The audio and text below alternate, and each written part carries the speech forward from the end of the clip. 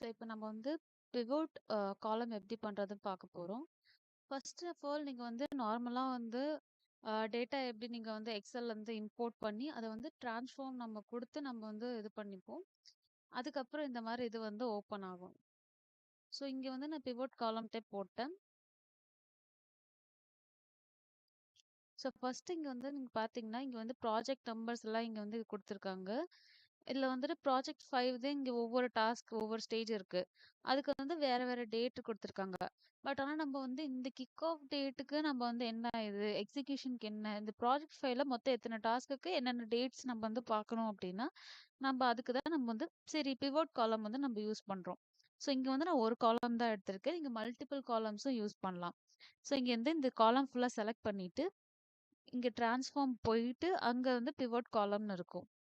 அத குடுத்தீங்க அப்டின்னா ஸோ இங்க வந்து என்ன ஆகும் அப்டின்னா, இந்த மாரி ப்ராஜெக்ட் ஐடி இல்லன்னா வந்து டேட்ன்னு காட்டும். நம்மளுக்கு வந்து டேட் வைஸ் வேணும்ங்கிறதுனால நாங்க ஸ்டார்ட் டேட்ன்னு குடுக்குறேன். இப்ப இதே ப்ராஜெக்ட் ஐடி குடுத்தோம்னா, அது வைஸ் வரும். பட் ஆனா இங்க சஃபிஷியன்ட்டா நீங்க வந்து சூஸ் பண்ணணும் அப்டின்னா, நம்ம ஸ்டார்ட் டேட் தான் தரணும். ஓகேவா? அதுக்கப்புறம் இங்க அட்வான்ஸ்ட் ஆப்ஷன்ஸ்ல போயிட்டு, இங்க வந்து டிஃபால்ட்டா வந்து கவுண்ட் ஆல்ன்னு இருக்கும். நம்ம வந்துட்டு டூ நாட் அக்ரி இந்த மாரிலாம் அக்ரிகேட்ன்னு குடுக்கலாம். பட் ஆனா இங்க வந்து நான் மேக்ஸிமம்னு குடுக்குறேன். ஏன்னா எனக்கு வந்து ஃபுல் டேட்டும் எனக்கு வேணும்ங்கிறதுனால நான் இந்த மாரி குடுத்துருக்கேன். ஸோ இங்க பார்த்தீங்கன்னா, இப்ப ப்ராஜெக்ட் 005 இது வந்து பார்த்தீங்கன்னா, கிக் ஆஃப்து இந்த மாரி 5 காலம்ஸ் இங்க வந்து வந்துருச்சா, கிக் ஆஃப் வந்து இந்த டேட், எக்ஸிகியூஷன் இப்போ.